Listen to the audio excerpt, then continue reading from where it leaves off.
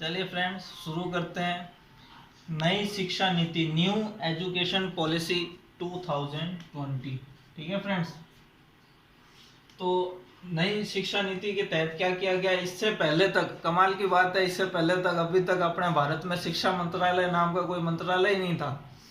वो काम कौन करता था? एचआरडी मंत्रालय, यानी कि human resources and development ministry, ये काम करती थी शिक्षा नीति बनाने का, किताबें छापने का, यानी कि जो भी काम है वो इस मंत्रालय के अंडर में होता था। अभी तक शिक्षा मंत्रालय नाम का कोई मंत्रालय नहीं था। अब सेंट्रल गवर्नमेंट ने क्या किया, एक शिक्षा मंत्रालय बनाया।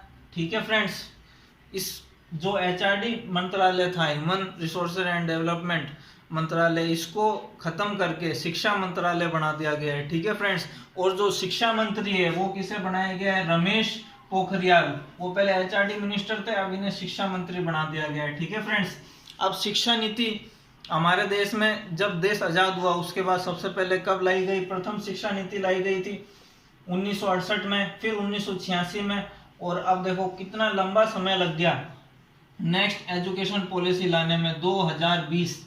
इतना लंबा टाइम लग गया नेक्स्ट एजुकेशन पॉलिसी लाने में। ठीक है फ्रेंड्स, अब जो 86वां संविधान संशोधन था 2002 में 21A आर्टिकल के तहत लागू किया गया। इसमें क्या प्रावधान किया गया कि 6 से 14 साल के जो बच्चे हैं उनको अनिवार्य रूप से शिक्षा देनी है और निःशुल्क शिक्षा देनी है। लेकिन ये लागू कब हुआ पूरी तरह से? 2009 में ये बिल संसद में रखा गया और 1 अप्रैल 2010 में ये लागू किया गया कि 8th क्लास तक के बच्चों को निःशुल्क शिक्षा प्रदान की जाए स्टेट गवर्नमेंट की तरफ से। ठीक है फ्रेंड्स, यानी कि इसमें भी काफी लंबा समय लगा। अब क्या हुआ, पहले क्या सिस्टम था? 10+2 का सिस्टम था। 10+2 का मतलब क्या है कि 10वीं तक तो आपको सारी बुक्स पढ़नी है, जो जो सिलेबस में वो सब पढ़ना है, और बाकी के जो 11th और 12th क्लास है उसमें आप अपनी स्ट्रीम चूज कर सकते हो कि आपको फिजिक्स लेनी है, आपको यानी कि मैथ्स लेनी है, फिजिक्स और साइंस यानी कि साइंस फील्ड में जाना है, या आर्ट्स फील्ड में जाना है, या कॉमर्स फील्ड में जाना है। लेकिन अब इसे पूरी तरह से चेंज कर दिया गया है। नई शिक्षा नीति के तहत पूरा का पूरा सिस्टम चेंज कर दिया गया है। ठीक है फ्रेंड्स, और एक नया सिस्टम बनाया गया है, अपने भारत का एक नया सिस्टम लागू किया गया। इसमें क्या प्रावधान किया गया है? 5+3+3+4 फॉर्मूला लागू किया गया है। अब ये 5+3+3+4 फॉर्मूला क्या है? इसका मतलब ये है कि जो शुरू के 5 साल होंगे वो होगी फाउंडेशन स्टेज। ठीक है फ्रेंड्स, फाउंडेशन स्टेज में क्या होगा? 3 साल का बच्चा यहाँ पर एडमिशन ले सकता है। ठीक है फ्रेंड्स, अब 3 साल का बच्चा एडमिशन लेगा। पहले 3 साल तो उसे स्कूल में बैठना, बोलना, गिनती, लिखना, मतलब जो नॉर्मल चीजें हैं वो सिखाई जाएगी। और बाकी के जो बच्चे 2 साल, ये शुरू होगी फर्स्ट क्लास और सेकंड क्लास। ठीक है फ्रेंड्स, उसके बाद आई सेकंड स्टेज। सेकंड स्टेज को बोला गया प्रिपरेटरी स्टेज। इसमें क्या होगा? 3rd, 4th और 5th क्लास होगी। 5th क्लास तक जो भी बच्चा है उसको अपनी मातृभाषा में, मदर लैंग्वेज में पढ़ाया जाएगा। ठीक है फ्रेंड्स, यानी कि कहीं पे हिंदी बोली जाती है तो हिंदी में पढ़ाया जाएगा, यदि वो इंग्लिश में पढ़ना चाहता है तो इंग्लिश में पढ़ाया जाएगा। यानी कि पहले क्या होता था, जो मीडियम स्कूल है, जैसे इंग्लिश मीडियम स्कूल है, तो इंग्लिश मीडियम बच्चों को फोर्स करते थे कि आपको इंग्लिश में ही पढ़ना है। लेकिन अब ऐसा नहीं होगा, वो फोर्स नहीं कर सकते 5th क्लास तक स्टूडेंट्स को। ये स्टूडेंट की जिम्मेदारी होगी या उसके माता पिता की जिम्मेदारी होगी कि वो अपने बच्चों को कौन सी लैंग्वेज में पढ़ाना चाहते हैं। ठीक है फ्रेंड्स, उसके बाद में अगली जो स्टेज है उसको बोला गया है मिडिल स्टेज। मिडिल स्टेज में क्या होएगा? 6, 7 और 8th क्लास तक के शामिल किया गया है। ठीक है फ्रेंड्स, अब इसमें क्या होगा? 6th क्लास से वोकेशनल कोर्स स्टार्ट हो जाएंगे। वोकेशनल कोर्स का मतलब क्या है कि कोडिंग शुरू होएगी। कोडिंग, जो कंप्यूटर कोडिंग है, कंप्यूटर सॉफ्टवेयर बनाने के लिए काम में ली जाती है, वो कोडिंग स्टार्ट कराएंगे। लैंग्वेज सब्जेक्ट स्टार्ट हो जाएगा। ठीक है फ्रेंड्स, यानी कि संस्कृत, हिंदी, इंग्लिश, इस तरह से आप कोई भी लैंग्वेज ले सकते हो। इसके अलावा यहाँ से आप इंटर्नशिप भी चालू हो जाएगी। इस स्टेज से इंटर्नशिप भी चालू हो जाएगी। इंटर्नशिप का मतलब क्या है? जैसे कोई स्टूडेंट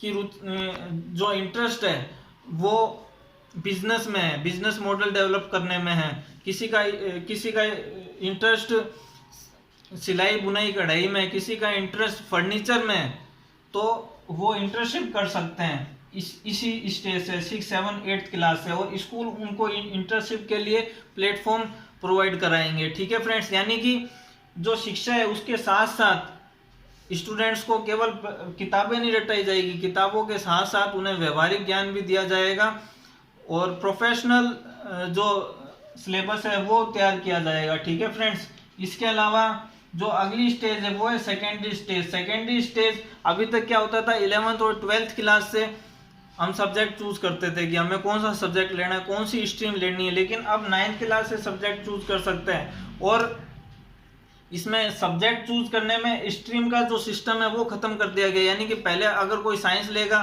तो पीसीएम लेगा या पीसीबी लेगा, आर्ट्स लेगा तो आर्ट्स वाला जो स्टूडेंट है वो केवल आर्ट्स वाले सब्जेक्ट पढ़ सकता है, वो कॉमर्स नहीं पढ़ सकता, साइंस नहीं पढ़ सकता। लेकिन अब स्ट्रीम सिस्टम खत्म कर दिया गया और लूप सिस्टम स्टार्ट कर दिया है, यानी कि जो साइंस वाला स्टूडेंट है अगर वो चाहता है कि वो आर्ट्स का कोई सब्जेक्ट पढ़ना चाहता है, हिस्ट्री पढ़ना चाहता है, जियोग्राफी पढ़ना चाहता है, पॉलिटी पढ़ना चाहता है, तो वो सब्जेक्ट भी ऑप्शनल सब्जेक्ट के रूप में ले सकता है। इसी तरह से कोई कॉमर्स का स्टूडेंट है वो आर्ट्स के कोई सब्जेक्ट पढ़ना चाहता है तो वो भी अपने सब्जेक्ट ले सकता है। ठीक है फ्रेंड्स, चलिए फ्रेंड्स अब देखते हैं आगे। ग्रेजुएशन जो होगा वो 3 या 4 साल का कर दिया गया है। ठीक है फ्रेंड्स, अभी तक क्या ये सबसे बढ़िया सिस्टम किया गया है। ठीक है फ्रेंड्स, सबसे अच्छी बात मेरे को ये लगी।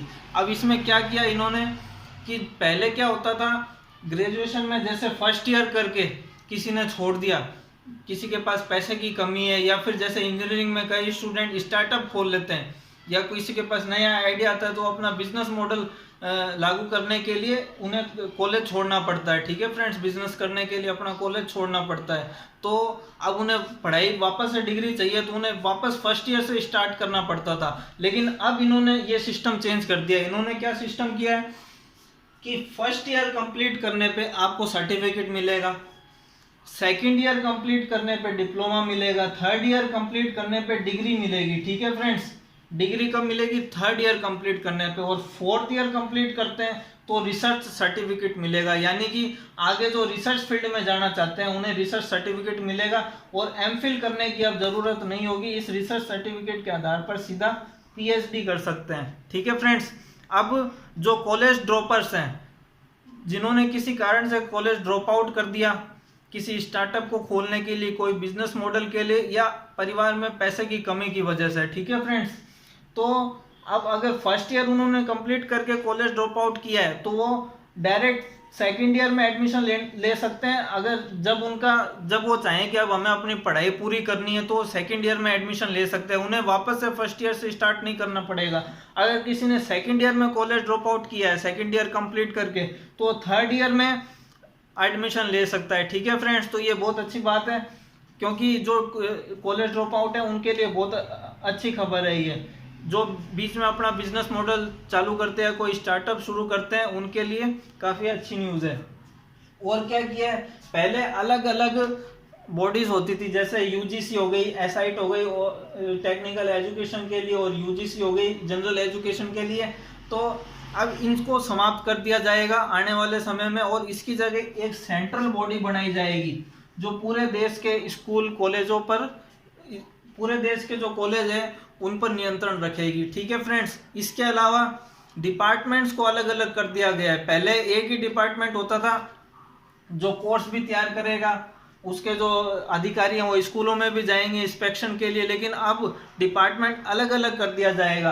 कोर्स तैयार करने का डिपार्टमेंट अलग होगा, जो एनसीईआरटी कोर्स तैयार करेगा वो डिपार्टमेंट अलग होगा। स्कूलों पर नियंत्रण रखने के लिए, यानी टीचर सही ढंग से पढ़ा रहे कि नहीं पढ़ा रहे, सुविधाएं सही है या नहीं है, ये सारा नियंत्रण रखने के लिए अलग डिपार्टमेंट होगा। सैलरी, टीचरों की सैलरी देने के लिए अलग डिपार्टमेंट होगा, और स्टूडेंट्स के स्कॉलरशिप के लिए अलग डिपार्टमेंट होगा। ठीक है फ्रेंड्स, अभी तक क्या होता था, जो शिक्षा है, एजुकेशन है, उस पर जीडीपी का 1.6% इंडियन गवर्नमेंट खर्च करती थी, लेकिन अब इसका लक्ष्य रखा गया है 6%, यानी कि इसे इंक्रीज कर दिया गया है। अब जो एजुकेशन है उसके ऊपर 6% खर्च किया जाएगा। ठीक है फ्रेंड्स, इसके अलावा जितने भी कॉलेजेस है उनको आने वाले 15 साल में ऑटोनोमस बनाने का लक्ष्य रखा गया है, ताकि रिसर्च को बढ़ावा मिल सके और जो यूनिवर्सिटी के ऊपर बोझ है वो कम किया जा सके। ठीक है फ्रेंड्स, इसके अलावा आईआईटी हो गया, इंडियन इंस्टीट्यूट ऑफ टेक्नोलॉजी, और जो हायर एजुकेशन के कॉलेजेस है उनमें संस्कृत लैंग्वेज को बढ़ावा मिलेगा और जो दूसरे जो कोर्स हैं वो भी चलाए जाएंगे। अब संस्कृत लैंग्वेज के कोर्स स्पेशली क्यों चलाए जाएंगे, इसका भी एक रीजन है फ्रेंड्स, क्योंकि दुनिया भर के वैज्ञानिक और नासा के वैज्ञानिकों ने भी ये प्रूव कर दिया है कि अगर संस्कृत लैंग्वेज का यूज करके कंप्यूटर कोडिंग की जाए तो उस सॉफ्टवेयर को हैक नहीं किया जा सकता, और वो जो कोडिंग के द्वारा जो सॉफ्टवेयर बनता है वो सुपीरियर होता है। ये इसके ऊपर नासा भी रिसर्च कर रहे हैं। ठीक है फ्रेंड्स, दुनिया के जो दूसरे देश है उनमें भी संस्कृत एजुकेशन पढ़ाई जा रही है, संस्कृत एक लैंग्वेज के रूप में उनके बड़े बड़े यूनिवर्सिटीज कॉलेज में पढ़ाई जा रही है। तो इसी के महत्व को देखते हुए इंडियन सरकार ने भी ये निर्णय लिया है। फ्रेंड्स, जो नई शिक्षा नीति 2020 नेशनल एजुकेशन पॉलिसी 2020 तैयार की गई है वो के कस्तूरी नंदन के अध्यक्षता में तैयार की गई है। यानी कि समिति के अध्यक्ष कौन थे, के कस्तूरी नंदन। ये कौन है, ये इसरो के फॉर्मर चेयरमैन रह चुके हैं, यानी कि इसरो के साइंटिस्ट, प्रमुख साइंटिस्ट रह चुके हैं ये। तो बहुत ही पढ़े लिखे और बहुत ही एक्सपीरियंस्ड पर्सन है ये। इनकी अध्यक्षता में ये सारे के सारे जो सजेशन है ये तैयार किए गए। इन्होंने सेंट्रल गवर्नमेंट को सजेस्ट किया है। लगभग 2 लाख लोगों से विचार विमर्श करने के बाद में, राय लेने के बाद में, तो ये काफी पढ़े लिखे और काफी समझदार आदमी है। इन्होंने ये सारा का सारा ड्राफ्ट तैयार किया है। इसके अलावा हाँ फ्रेंड्स, तो अभी तक क्या था कि भारत के जो स्टूडेंट हैं वो विदेशों में जाते हैं पढ़ने के लिए, हायर एजुकेशन के लिए, जैसे अमेरिका में सबसे ज्यादा जाते हैं, ब्रिटेन में, फ्रांस में, इसके अलावा रशिया में भी जाते हैं कई स्टूडेंट्स, और चाइना में भी जाते हैं। ठीक है फ्रेंड्स, तो स्टूडेंट्स को विदेश से जाने के रोकने के लिए और विदेशी स्टूडेंट्स को देश में आकर्षित करने के लिए केंद्र सरकार ने 50 इंटरनेशनल यूनिवर्सिटीज खोलने का लक्ष्य रखा है। आने वाले समय में 50 टॉप इंटरनेशनल यूनिवर्सिटीज, विदेशों की जो टॉप 15 यूनिवर्सिटीज है वो भारत में खोली जाएगी, ताकि भारत के बच्चों को टॉप एजुकेशन हासिल हो सके और वो उनको विदेश न जाना पड़े और उनका खर्च बचे। इसके अलावा ये 50 टॉप यूनिवर्सिटीज खोलने से भारत में भी शिक्षा का सुधार होगा, क्योंकि टीचर्स का एक्सचेंज होगा, ये दूसरे कॉलेजों में जाके पढ़ाएंगे। इसके अलावा टीचिंग प्रोग्राम्स बनेंगे। ठीक है फ्रेंड्स, इसके अलावा जो बीएड है उसका भी पैटर्न चेंज कर दिया जाएगा। चलिए फ्रेंड्स, देखते हैं 9, 10, 11, 12, इसको बोला गया है सेकेंडरी स्टेज। अब इस स्टेज में क्या होगा, जो 10th बोर्ड है वो आने वाले समय में समाप्त कर दिया जाएगा और केवल एक ही बोर्ड एग्जाम रहेगा 12th क्लास का। ठीक है फ्रेंड्स, इसके अलावा क्या होगा, इन 4 क्लासों के लिए सेमेस्टर सिस्टम लागू किया जाएगा। सेमेस्टर सिस्टम का मतलब ये है कि हर 6 महीने में एग्जाम होंगे। अभी क्या होता है, जो मेन एग्जाम होता है वो साल के लास्ट में होता है, एनुअली एग्जाम होता है। ठीक है फ्रेंड्स, लेकिन अब सेमेस्टर सिस्टम लागू कर दिया जाएगा तो हर 6 महीने में एग्जाम होंगे और 6 महीने बाद कोर्स चेंज हो जाएगा। यानी कि नई किताबें, फर्स्ट सेमेस्टर के लिए अलग किताबें होगी और सेकंड सेमेस्टर के लिए अलग किताबें होगी। ठीक है फ्रेंड्स, इसके अलावा जो बीएड है, बीएड 4 ईयर का इंटीग्रेटेड कोर्स लॉन्च किया जाएगा। 4 ईयर इंटीग्रेटेड कोर्स का मतलब ये है कि बीएड अभी तक तो 2 साल की होती है, बीएड से पहले 3 साल की ग्रेजुएशन करनी पड़ती है। ग्रेजुएशन करने के बाद में बीएड में एडमिशन मिलता है और वो 2 साल की होती है। कई जगह 1 साल की भी, पहले 1 साल की होती थी, अब 2 साल की कर दी। ठीक है फ्रेंड्स, तो टोटल लग जाते हैं 5 साल बीएड करने में, लेकिन अब 4 साल का इंटीग्रेटेड कोर्स होगा, यानी 12th के बाद सीधा डायरेक्ट बीएड में एडमिशन ले सकेंगे। और जो बीएड कॉलेजेस हैं, अलग से बीएड कॉलेज बने हुए हैं बीएड करवाने के लिए, लेकिन अब ये होगा कि जो जनरल कॉलेज हैं वो भी बीएड करवा सकेंगे।